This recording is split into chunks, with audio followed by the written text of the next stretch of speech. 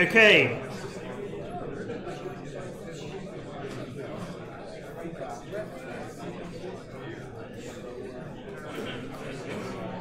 Thank you.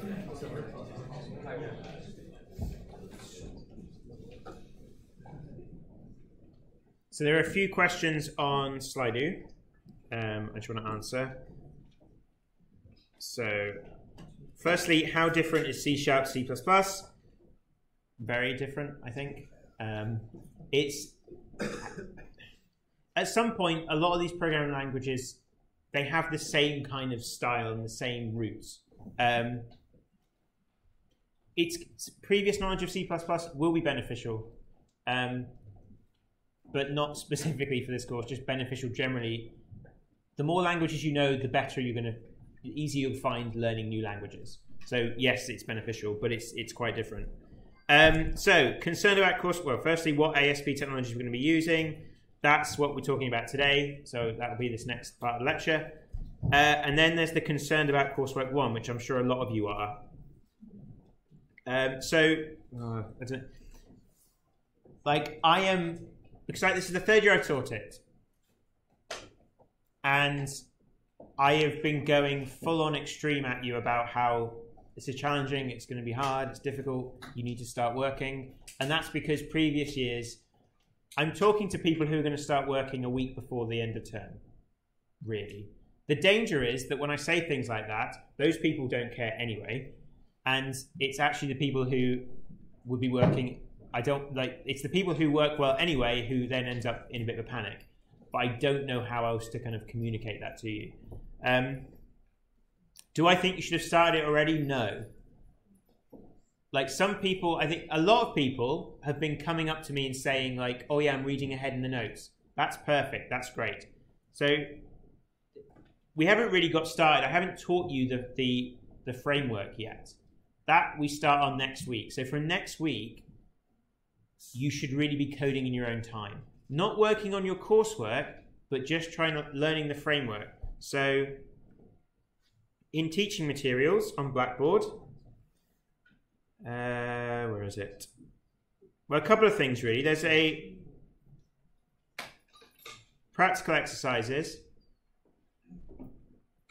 This has got some things that I found, like there's some introductions to C#, some HTML, CSS fundamentals if you want that.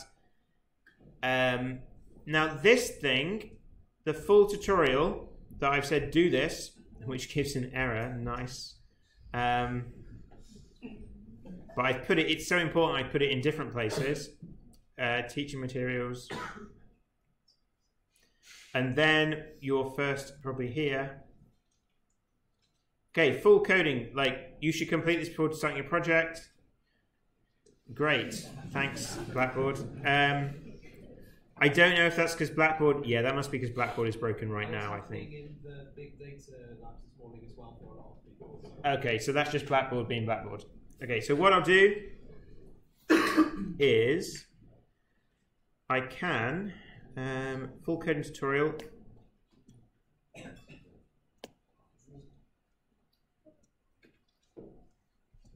I'm not going to bother. So I'll upload it into Slack. What that is That is a full... You're going to be scared when you see it because it's like 40 steps or something. This is what I did over the summer. It's 12 pages. It's long. But this will take you from nothing... There's 49 steps. It'll take you from nothing to an application that you can type stuff in and it puts it in a database. And if you can that's like your first step. You need to be able to do that yourself. Like with the paper there next to you, but you need to be able to go through and do that before you start your coursework. And then you'll be on the right track when you do your coursework.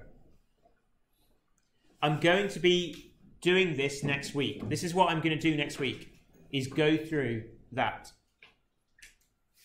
So yeah, you should do that yourself in your own time. And once you've done that, yes, you should start the project. Because you'll have to submit a source file for your code review.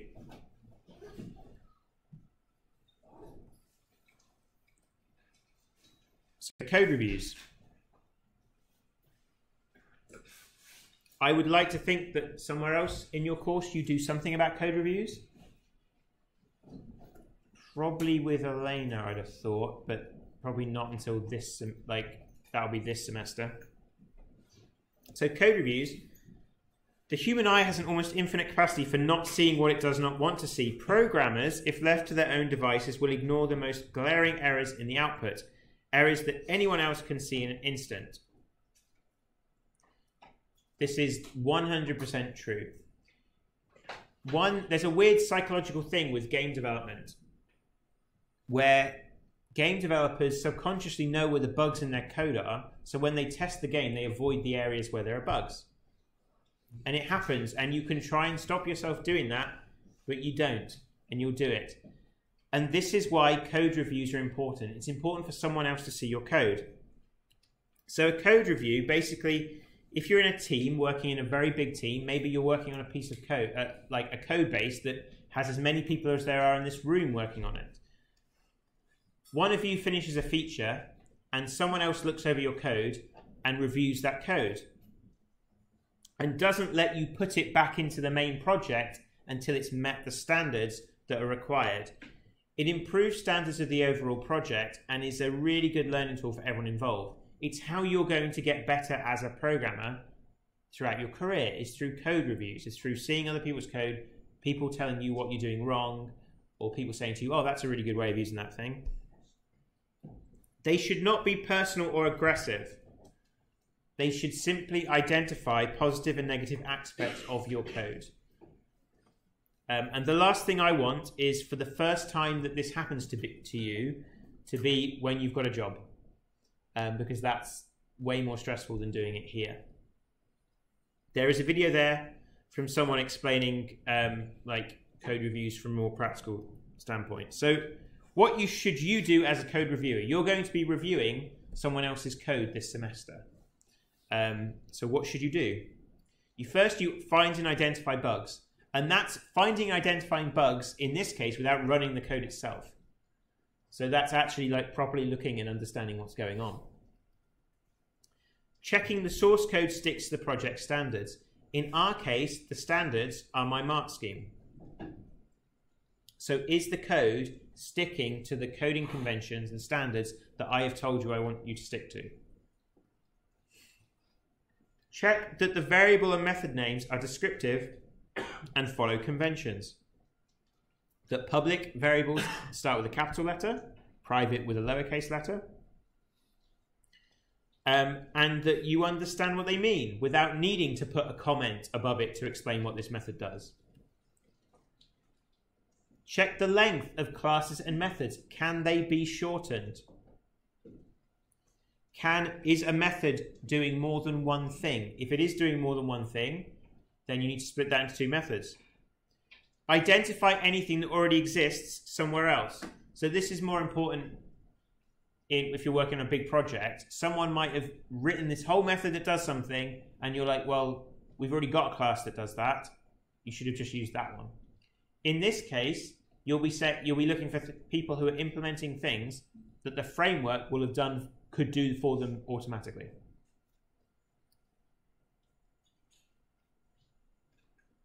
Identify any obviously inefficient code, and have a look if they've done any copy and pasting. So are there areas of their code where they've copied and pasted the same stuff? And if they have, that should be its own method. And check it's readable and understandable. Do you understand what's going on? And that's code reviews. So that's the kind of thing I expect you to do. Have a look on Blackboard to see the... there's a mark scheme for the code review and how that works. You can ask me questions if you get stuck doing that. But that's kind of, use the deadlines for that coursework to figure out when you should be starting to work on your project. I'm going to keep calling it a project, but you know what I mean, your final coursework.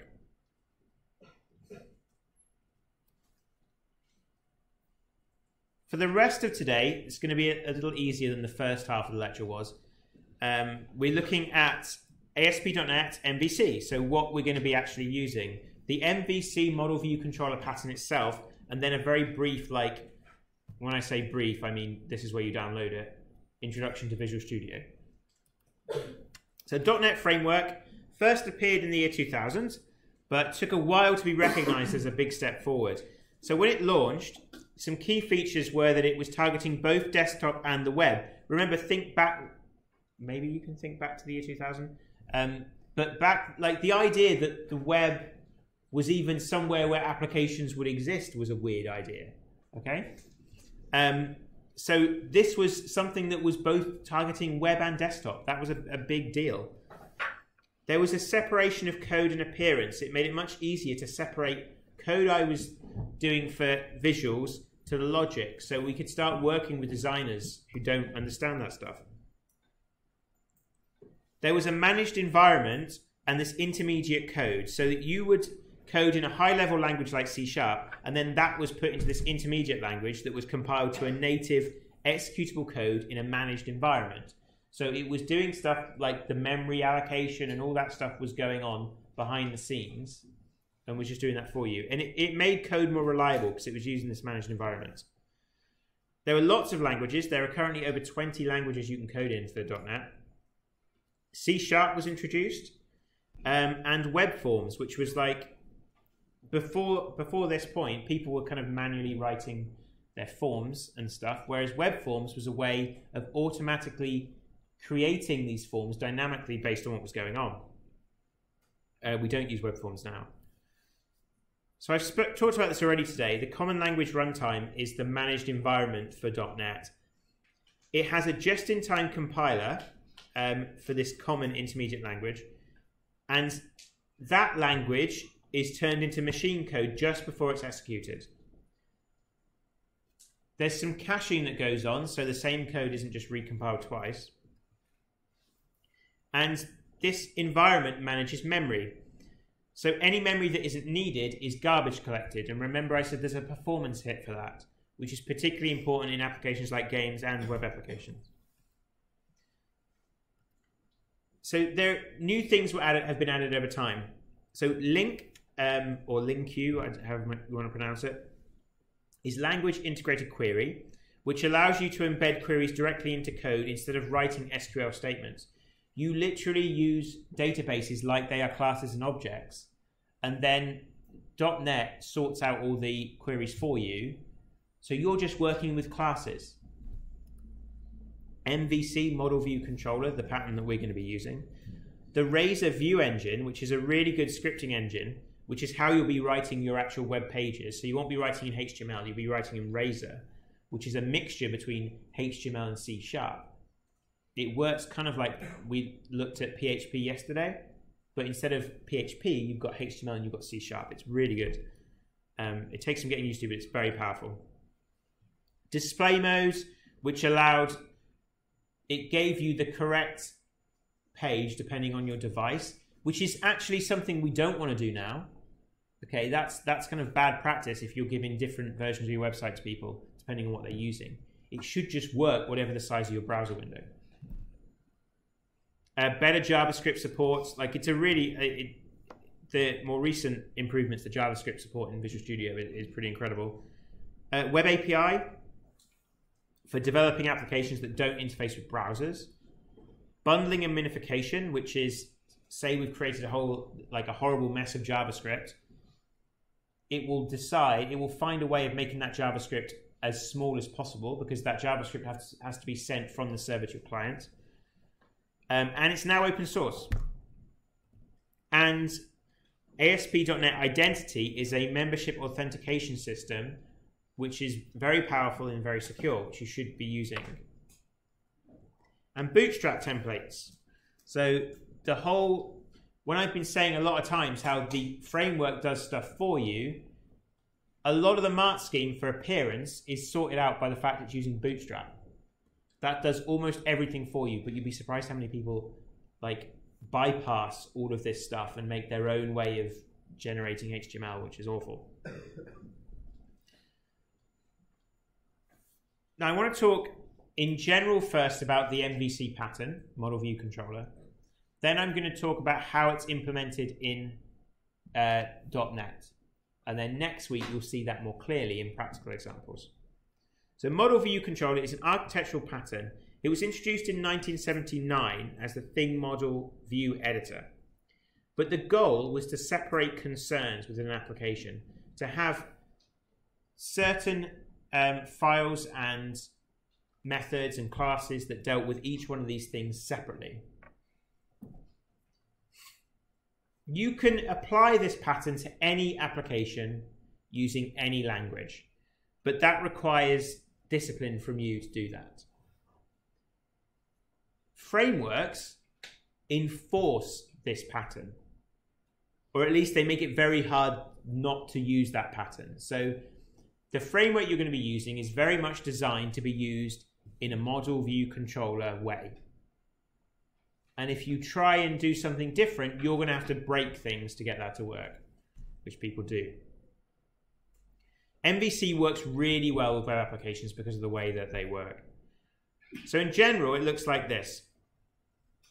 You can almost think of it as separating the UI in a way. So we've got our model here, and our models will be classes that represent our data and represent rules, like the business rules to do with that data. The view defines or views, each of these, there's going to be lots of them, right? So there's going to be lots of views, lots of controllers, lots of models. Views define how the application's UI is going to be displayed to the user. And then the controller is a set of classes that handle the communication with the view and the model and kind of control the overall flow. And you'll spend a lot of your time really editing controllers rather than models and views. And that's the point, right? Is you as the developer, as the programmer, you're going to be concentrating on the controllers, and then you're going to get someone who knows how to make good-looking websites to do the view stuff, and you're going to go and talk to the people at the company you're working for, and they're going to tell you what models they need and what they need those models to do. So in .NET, our models are represented by C# classes. And those models are often stored in databases, and the framework provides you methods to manipulate that data. We call this a data access layer, which is some kind of layer between your C# code and the database. It's an abstraction. So remember I said how you would start treating databases like they're classes. Well, that's what I'm talking about. Is in your code's point of view, a database is a list of objects. And that's how you'll manipulate them. And then the common language runtime will be creating these SQL statements and doing those on the fly. The view is the Razor I mentioned before, this scripting language that dynamically, it's a mixture between HTML and C# that will dynamically generate your HTML.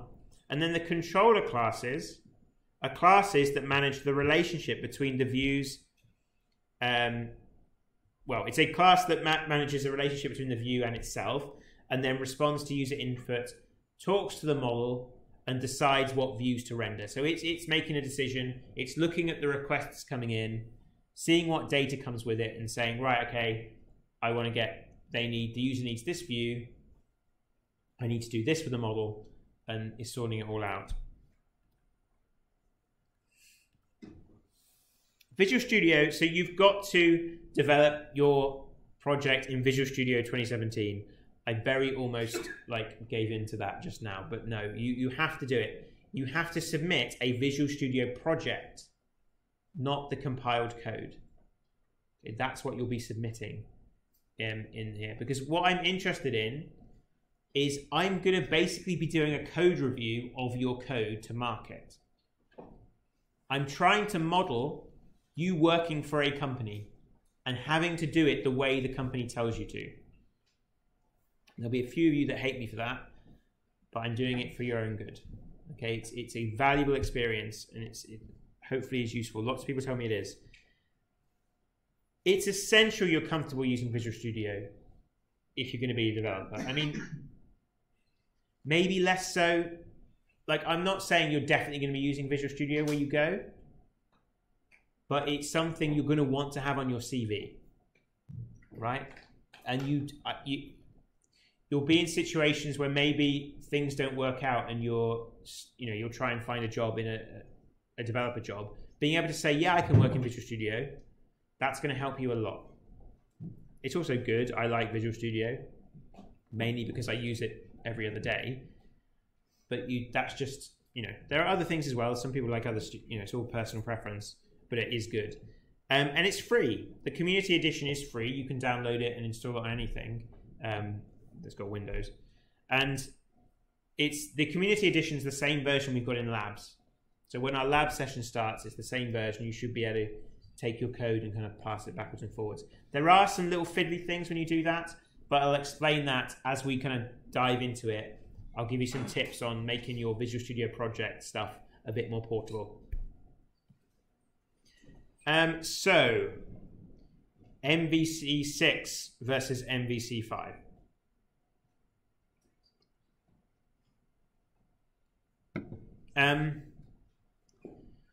Web apps changes a lot. I have been doing this 3 years. Last year, so the first year I did it in MVC 5. So that was the first year I did it, and it was very different to MVC 6 in some areas. The summer, so I do my first module here I just got my job. Spent all summer doing loads of stuff, making loads of resources. A year later, Microsoft say, okay, MVC 5 is rubbish, we're doing MVC 6. So I had to throw out a lot of stuff and redo that. And then last year, MVC 6 is ASP.NET Core MVC. Okay, so you might hear people call it MVC 6. The official name is ASP.NET Core MVC. When I started writing my notes, it was Core 1.0. By the time I finished writing my notes, they'd upgraded it to 2.0 and changed a bunch of stuff again. So it changes a lot. And I want to make sure you're using the latest stuff, because that is a selling point as companies start to move to using this new stuff. You've got to use MVC 6. You've got to use Core 2.0. It's better. I have gone through my notes and tried to identify where things change. I think I've done a better job this year than last year, because we went through last year, and as teaching it, I could figure out, oh yeah, this needs changing slightly. But I'm kind of not apologizing for that if there are things in there that are slightly different, because the reality is most of what you'll find out there is going to be different. And part of what you need to learn is identifying, is this the old way or the new way of doing it? And that's tough, but we're doing it as a group. The reason there's a Slack channel is so you can say this stuff in there, right? If you find something and you think, oh, this has changed, put it in Slack and help each other, right? That's the way that's the way I want you to work. I don't need to be scared of doing that kind of thing. So yeah, it's just something to keep in mind. So someone already emailed me and said, oh, I followed this tutorial like a couple of lectures ahead. You installed Core 1.0. Do we do that now? And the answer is no. You do 2.0. So when I go through live lectures in class, I'll be using the latest stuff on my laptop. So that will be the latest things. So to install it, this website's probably changed, but you just go to visualstudio.com. I have made a video on step-by-step how to install it. I think it's in the folder with these lecture slides. So go on to, it's on my the kind of public-facing YouTube channel. And then the key thing, when you install it, when you install Visual Studio, it'll ask you what workloads you want to install. It's much easier if you install them all from the start than trying to kind of fix and install a Visual Studio you've already got. It just is a bit... You can... Windows is just a bit rubbish. But you can find this install menu somehow. I always forget how. But just make sure you've selected the ASP.NET and Web Development area and install that. So that's a quick kind of... So if you haven't done this already, that's something you should do like by next lecture, is get Visual Studio installed on whatever you're using. Now what I want to do is, without going into code, I want to try and give you an idea of how this framework is set up in terms of controller model views. So controllers. Remember, controllers respond to user input. They make changes to the model based on that input. And then they provide data to the user in the form of a view. The way this framework works is differently to everything that we've done the last few days. But the reason we did, or last week, but the reason I did that was because hopefully you'll see the underlying similarity.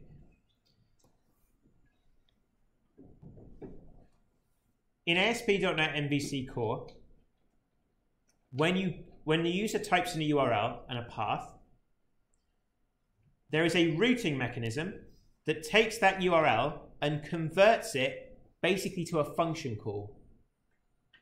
It does not look for a file.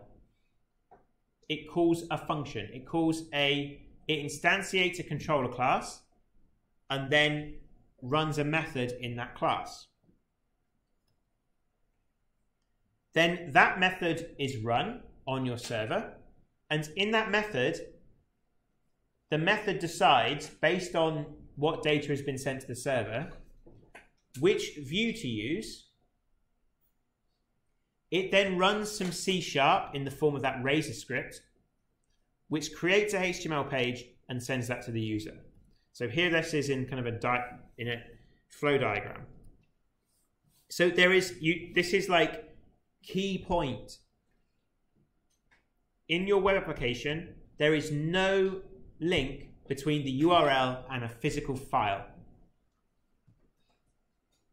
In fact, you're not ever sending files to the user.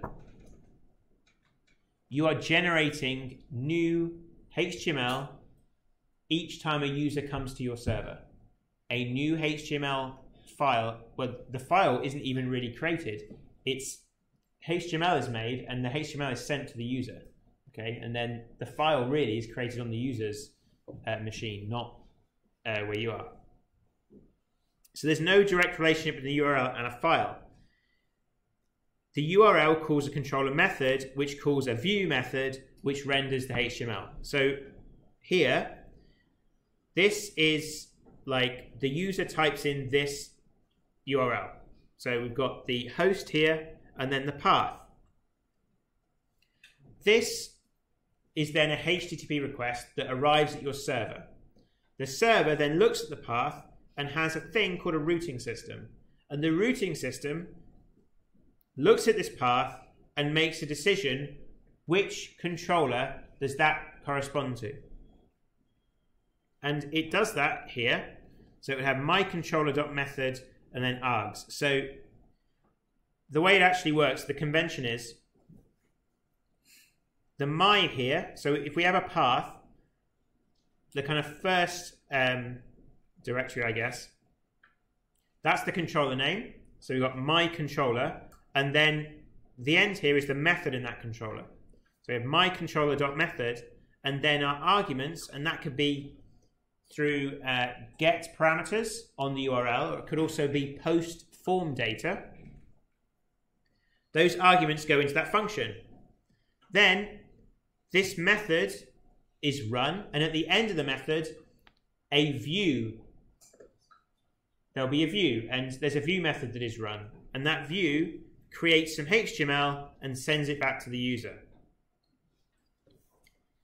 This is the same idea as REST applications. So has anyone come across kind of REST API? A few people. So REST API is when someone will make a web application that they don't necessarily expect you to interact with it with a browser. They'll give you a way of creating a URL that calls a function. So usually, like Facebook will have a REST API. I think Facebook have a REST API. They used to. They probably changed it now. Twitter, I'm pretty sure, has a REST API that will be functions like tweet something, or there'll be a function like get all the tweets with this hashtag, and you'll interact with that API with URLs, and that's what this is.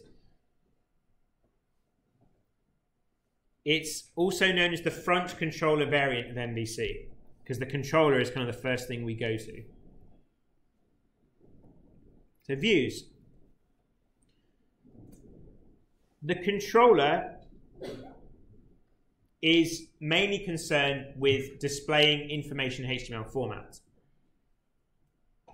You could, if you wanted to, just get your controller method to return strings to your user. A string would be interpreted by the browser and it would appear. Okay, you could do that, but that would get horrible pretty fast. You'd be back to the old CGI ways of having a massive, like a horrible C file that is just all about creating strings in HTML.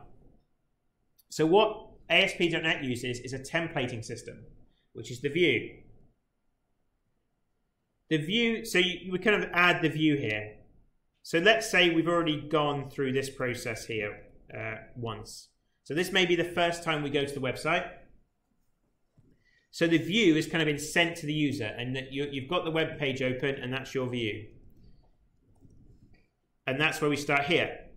So the view is basically showing the user the UI. I click on a button, and if I click on a button, that is usually a link to a URL. But that URL is a function call. So you might have done, maybe you did some Java where you had buttons that you clicked, and those buttons called methods, right? Is you have some UI, I click on a button, and that calls a method. That's what's happening here, except our UI is a link with a URL. And that URL corresponds to calling a method in your controller class. And so then the same kind of process follows. We see the view is our UI, and our UI is a bunch of links. And then we click on a link, and that link to the routing system calls a controller and creates a view. What's really nice about the templating system is when you're creating your view, and you'll see this next week, you don't type the URL in yourself. You say, I want a button on my web page that calls this method.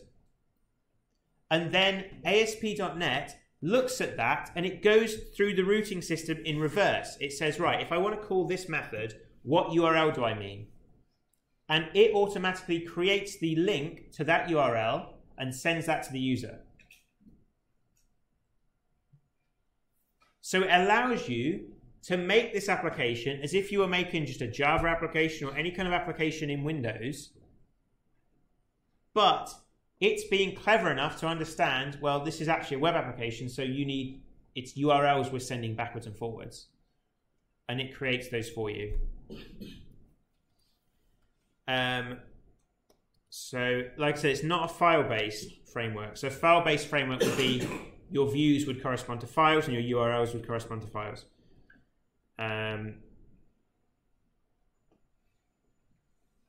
When the controller needs to give information to a view, So let's say I go to a page and I want to see a list of like, well, I go to Facebook and I want to see all the Facebook posts. Then the controller would need to give those Facebook posts to the view to render them. And that is done using models. And models are simply objects used to send information, usually from the database to the view. They're objects they're central to your application. You're going to be showing them, saving them, creating them, updating them, deleting them.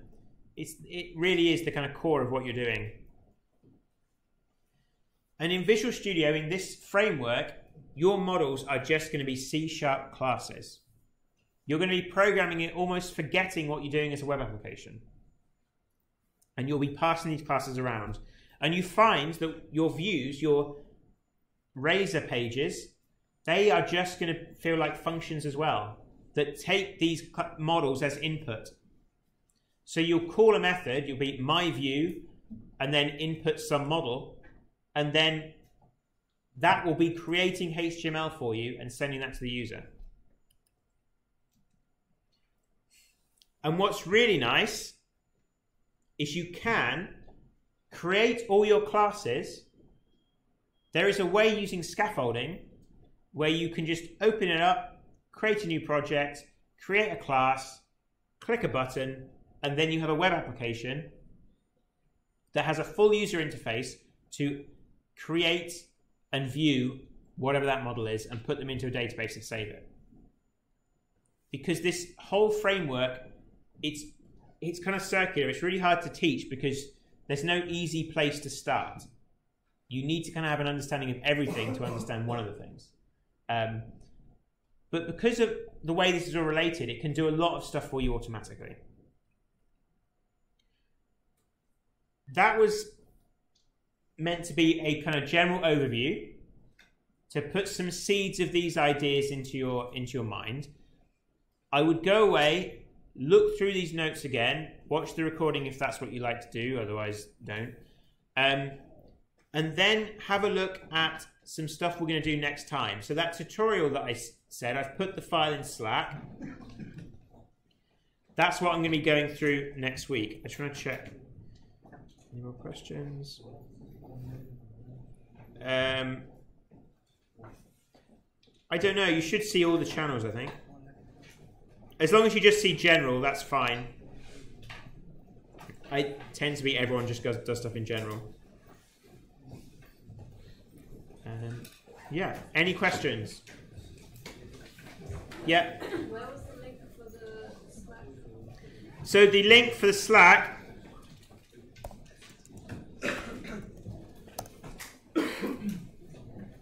I'm not quite finished yet.